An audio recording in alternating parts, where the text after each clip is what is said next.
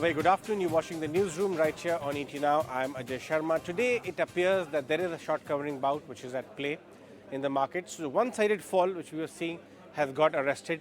But perhaps it is too early to say whether a firm bottom is in place right now or not. But valuations are surely getting quite mouth-watering in many cases. If you purely look at valuations, but a lot of macro factors, a lot of flows-related matters which need to be discussed, and that's exactly what we are going to do with Abhay Agarwal, who's joining us today on the show from Piper Serica. Abhay, afternoon. Abhay, for once, let's keep aside all the big jargon of the market and just take your extensive, the years, the number of years, your experience. What does it look like? Are we somewhere near the bottom? Because the patience of investors is running very thin now. SIP closures are picking up. New demat account additions are slowing down. What is your sense? No, good afternoon, Ajay. Thank you for having me on the show.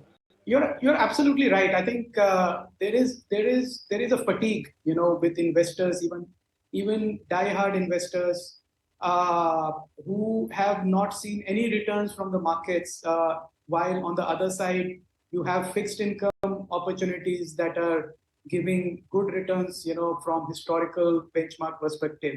So there is this, lack of participation and increasing lack of participation.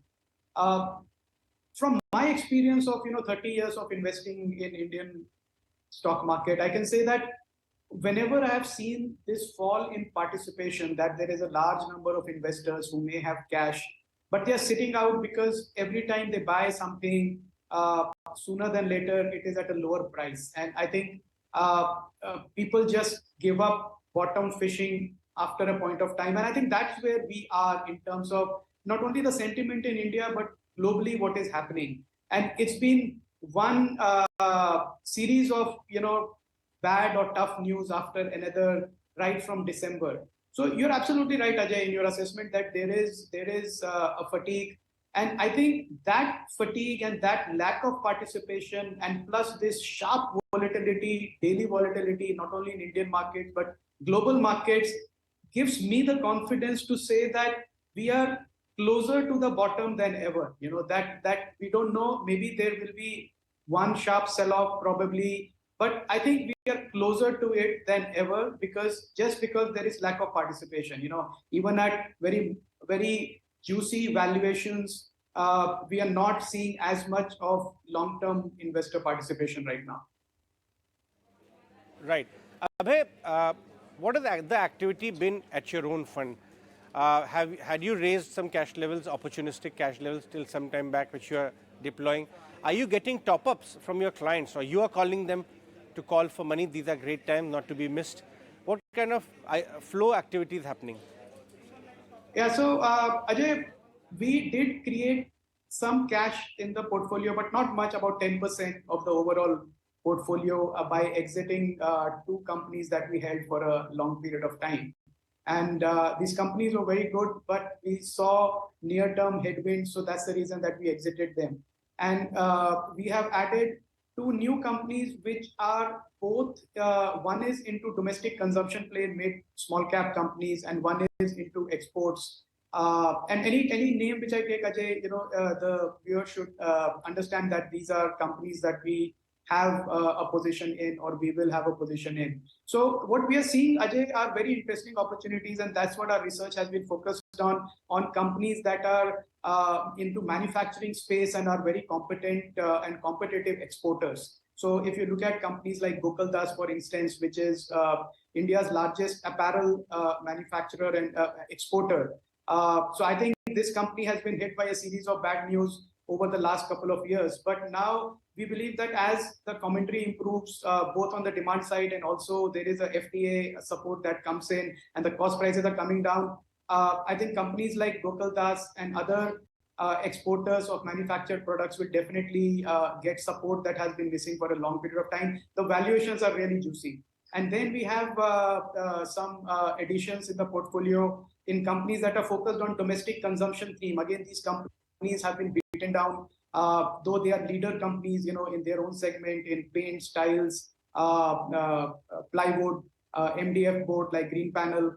And we have also been looking at small banks that have gone through management change at a leadership level, and that they are getting more competitive now. So Ajay, that's been the portfolio level activity, and I think we are kind of in a way happy that the valuations are where they are, because we keep getting an opportunity to add to our portfolio, add to our positions as we get top-ups. We have been getting top-ups sometimes, based on our suggestion to large investors.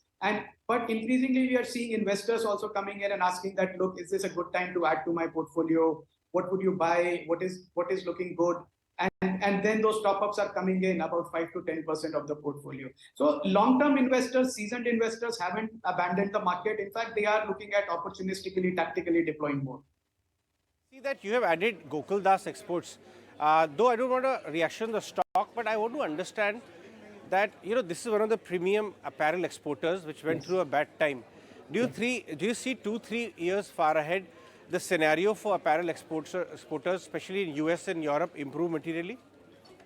Yeah, I think so, because we have as a country a minuscule share. I mean, if you look at a company like Gokuldas, it does about 2,500 crores of exports, which is nothing, in the overall export market of the US. And interestingly, it's not that China is the biggest player there. The biggest players are smaller countries like Bangladesh, Vietnam, and they benefit because they have managed to sign the FTA, which gives them a 10% custom duty advantage. So you think of it this way, that companies like Gokuldas are competing and growing and profitable despite a 10% duty disadvantage, compared to these other countries. And once the FTA is signed, which we are expecting should happen over next 3 months, that advantage will kick in terms of better pricing, more competitiveness. So I think companies like Gokuldas, they have a very, very long runway. I mean, they're still very small by global standards.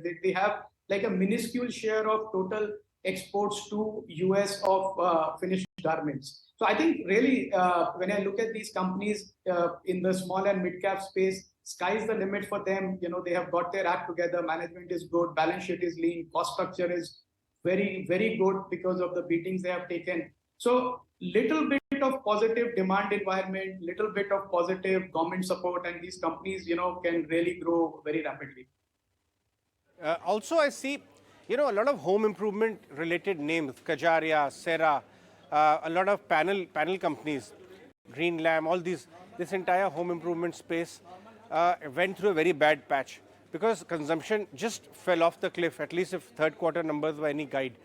Is it also a good time to add these kind of names? Because I do see one, MDF panel company which you have added actually, and they have been doing very well. Yeah, I think so, Ajay, because, again, these are companies that have a market cap of 2,000-3,000 crores, and in a country like India where demand is increasing,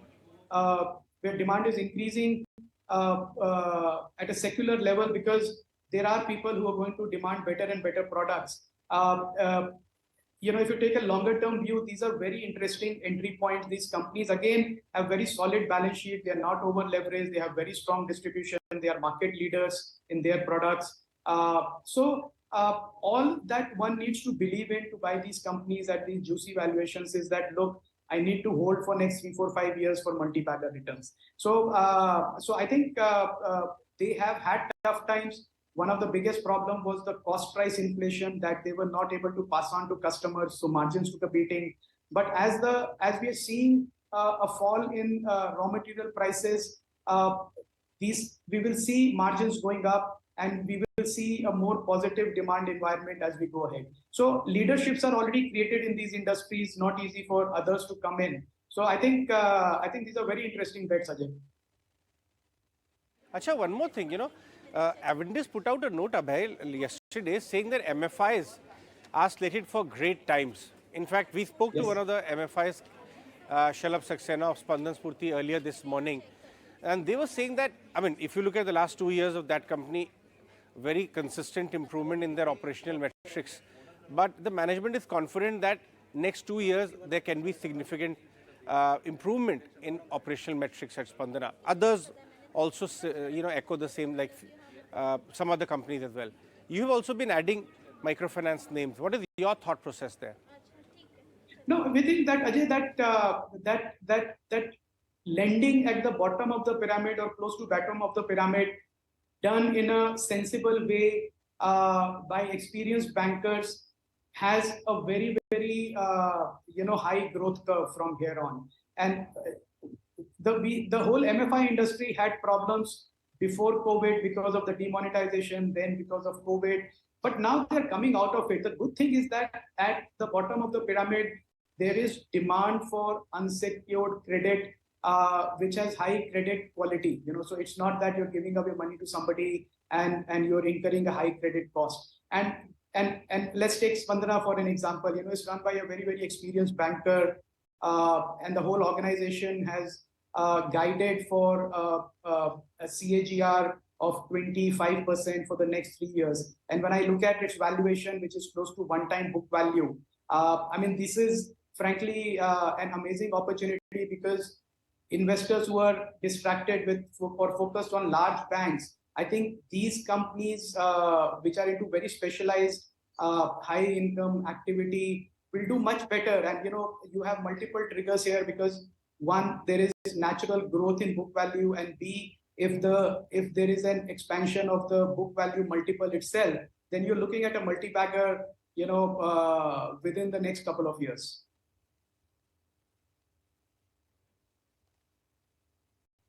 All right, Abhay, we'll let you go on that one. Thanks very much for joining us on the show.